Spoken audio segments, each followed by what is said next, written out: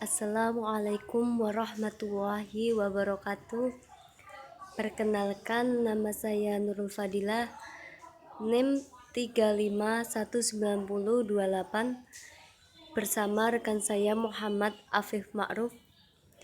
Di sini kami kelompok 3 akan menjelaskan materi tentang konsep sosiologi Islam Ibnu Khaldun. Yang pertama yaitu biografi Ibnu Khaldun. Nama lengkap Ibnu Khaldun ialah Abdurrahman Abdul Syahid Ibnu Khaldun, lahir di kota Tunis pada tanggal 27 Mei 1332 Masehi dan wafat pada tanggal 17 Maret 1420 di Kairo. Nama ayahnya Muhammad bin Khaldun, pendidikan di Universitas Zaitunah dan Universitas Qarawiyah. Keluarganya berasal dari keturunan Arab Yaman yang berimigrasi ke Andalusia, kemudian pindah ke Tunisia. Ibnu Khaldun dikenal sebagai ulama multidisipliner, sebagai ilmuwan muslim yang dikenal sebagai ahlul sejarah, sosiologi, ekonomi, serta dikenal sebagai bapak demografi, historiografi, agama, filsafat, dan antropologi. Secara garis besar, Ibnu Khaldun dibagi menjadi 4 fase.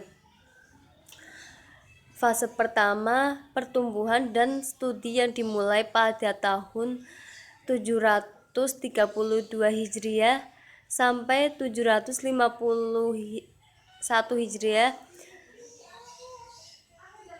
Guru pertamanya sebagai makna kebiasaan masyarakat pada waktu itu. Setelah ia berguru kepada beberapa guru seperti Abu Abdillah, Muhammad ibnu Arabiyah, dan Abu Abdillah Muhammad ibnu Bahar dalam ilmu bahasa. Ilmu fikih belajar dari Abu Abdillah Al-Jayani dan Abu Al-Qasim Muhammad Al-Qasir. Kemudian fase kedua, keterlibatan dalam dunia politik. Karir politik dimulai sebagai tukang stempel surat dalam pemerintahan Ibnu Khaldun.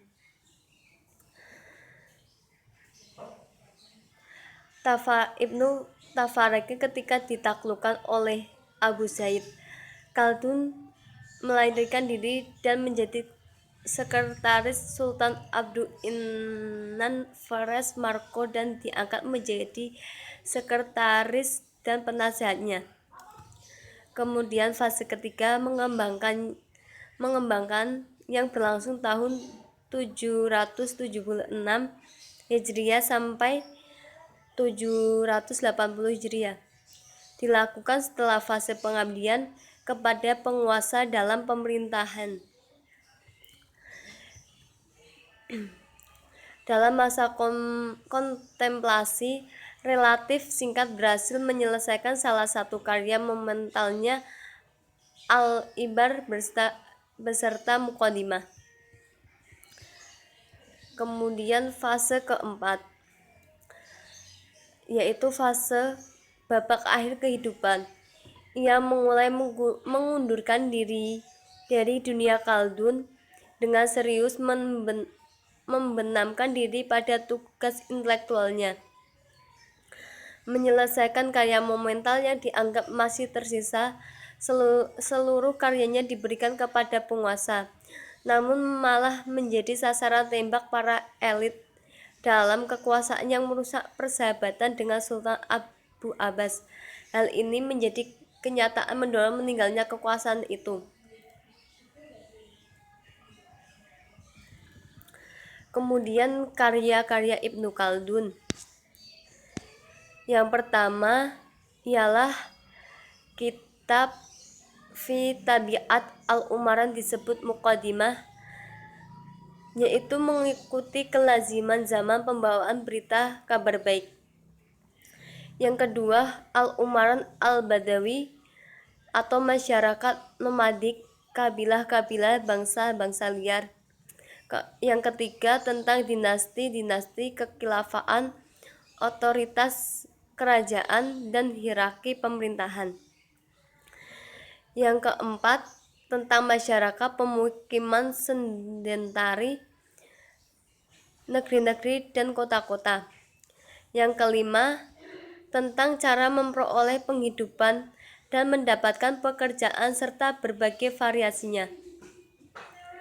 Yang keenam tentang ilmu pengetahuan, cara mencari dan mempelajarinya. Kemudian konsep asbabiyah. Konsep asbabiyah berasal dari kata group feeling atau perasaan kelompok. Kemudian spirit in the course yang artinya semangat course atau solidaritari atau solidaritas. Disebut juga sebagai jaringan sosial yang mengorganisasikan antara individu-individu dengan kabilahnya. Asbabiyah merupakan suatu basis yang diperlukan oleh suatu kabilah untuk perluasan dan dominasi. Tujuan akhir dari asbabiyah ialah otoritas politik dan pembentukan negara. Sebab implikasi sosial bagi Ibnu Khaldun, negara merupakan institusi sosial alamiah yang terjadi dalam kehidupan manusia yang kelangsungan hidupnya bergantung kepada pengorganisasian kerjasama dan sosial. Ada 5 faktor utama yang memungkinkan membentuk negara. Yang pertama yaitu faktor agama, di mana Islam telah membawa watak nomadik menjadi kekuatan ekspansif, keluasan batas semenanjung Arabia. Kemudian dampak asbabiyah, di mana agama sangat penting untuk mendorong asbabiyah menjadi gerakan sejarah. Yang ketiga yaitu faktor sosial, di mana Islam tidak menghancurkan keragaman budaya, suku Badu atau nomadik maupun kota atau sedentarik, yang membentuk kelompok besar masyarakat muslim yang dibiarkan memiliki watak multi asbabiyah yang sulit disatukan tanpa agama Islam. Kemudian asbabiyah penggabungan, yaitu asbabiyah yang terjadi karena lahirnya seseorang dari keluarga dan kaum lain. Yang terakhir yaitu asbabiyah perbudakan, yaitu timbul dari hubungan antara para budak dan kaum mawali dengan tuan-tuan mereka.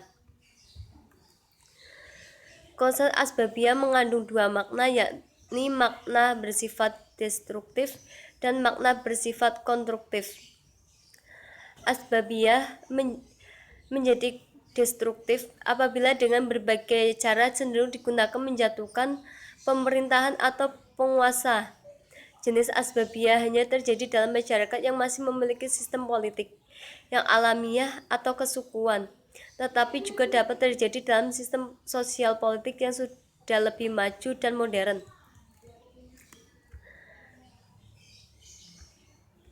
Kemudian konsep badawah atau kesukuan dan hadarah.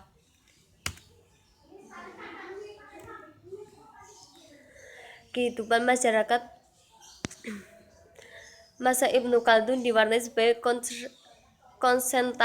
konsentrasi antara suku dan kelompok yang bersaingan untuk memperoleh kekuasaan dan sumber daya ekonomi.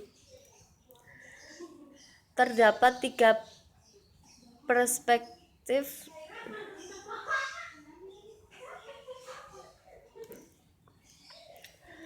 badawah merupakan konsep masyarakat dengan asbabiyah yang kuat cenderung primitif. Desa dan nomaden terdapat di masyarakat Badui yang bersifat nomade primitif tetapi sangat solidaritasnya. Kemudian hadaroh merupakan sebuah manifestasi dari suatu peradaban masyarakat yang lebih kompleks, menetap, bersifat kota, solidaritas, lemah dan beradaban. Kemudian pemikiran Ibnu Khaldun yang berkaitan dengan kondisi-kondisi sosial politik masyarakat. Ada 3 perspektif yang menonjol dari pemikiran Ibnu Khaldun. Yang pertama, perspektif psikologi yang merupakan dasar sentimen dan ide pembangunan hubungan sosial di antara berbagai kelompok manusia atau yang disebut dengan keluarga, suku, dan lainnya. Yang kedua, perspektif fenomena politik yang berhubungan dengan perjuangan merebutkan kekuasaan dan kedaulatan yang melahirkan imperium, dinasti, dan negara. Yang terakhir yaitu perspektif memiliki landasan utama yang disebut Khaldun sebagai asbabiyah, sebab gerakan dari psikologis, politik, dan ekonomi dalam peradaban masyarakat ditentukan oleh gerakan asbabiyah yang ada di dalam diri masyarakat. Istilah nomaden menetap menjadi 2 konsep yang selalu muncul dalam berbagai penjelasan Ibnu Khaldun tentang masyarakat. Yang pertama, identik dengan keterbelakangan primitif. Yang kedua, identik dengan kota, peradaban maju atau kota.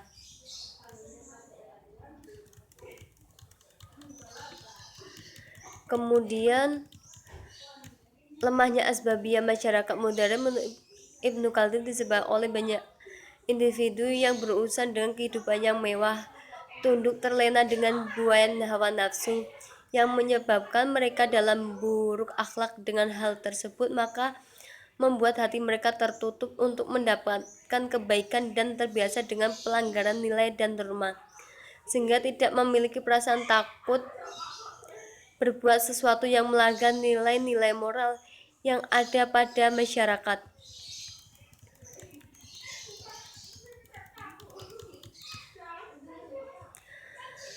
Menurut Ibnu Khaldun, pembentukan negara berlangsung melalui 5 fase yang bersifat siklis, yaitu yang pertama, ketika dalam suatu asbabiyah muncul pemimpin yang mampu mengatasi lawan-lawannya dan mengendalikan kepemimpinan guna melepaskan diri dari negara sebelumnya. Kedua yaitu fase ketika penguasaan memerintahkan rakyatnya secara otokratik dan mengisolasi dirinya dari mereka. Yang ketiga yaitu fase kehidupan senang-senang dan makmur. Penguasaan menggunakan pengaruhnya untuk menghimpun pajak, menentukan pemasukan dan pengeluaran, menghitung biaya pembangunan pemukiman baru, perbentengan, gedung-gedung mewah, monumen atau taman kota, memperkuat pasukan bersenjata. Hal tersebut berguna untuk memberikan kesan kekuatan kepada sekutu sekaligus menggetarkan pengganggu. Siklus keempat yaitu kehidupan yang damai sejahtera, baik sesama teman, penguasa dan kerajaan lainnya maupun dengan musuh-musuhnya. Yang terakhir yaitu fase penghamburan dan kehancuran. Pada fase ini penguasaan merusak apa yang telah dibangun oleh para pendahulunya, dikelilingi oleh teman-teman palsu dan individu yang merusak kepada mereka. Penguasa bergantung dan mempercayakan tugasnya, mempercayakan tugas negaranya, sehingga rakyat tidak menyukai dan tidak lagi mendukungnya. Inilah saat kehancuran negara. Puing-puing kehancuran inilah tumbuh asbabia baru. Kehidupan peradaban kota merupakan tempat luas yang penduduk padat dan kondisi yang bervariasi. Aktivitas penduduk kota ditunjukkan memenuhi kebutuhan hidup, tetapi sebagai lain untuk memenuhi ketuntutan kemewahan.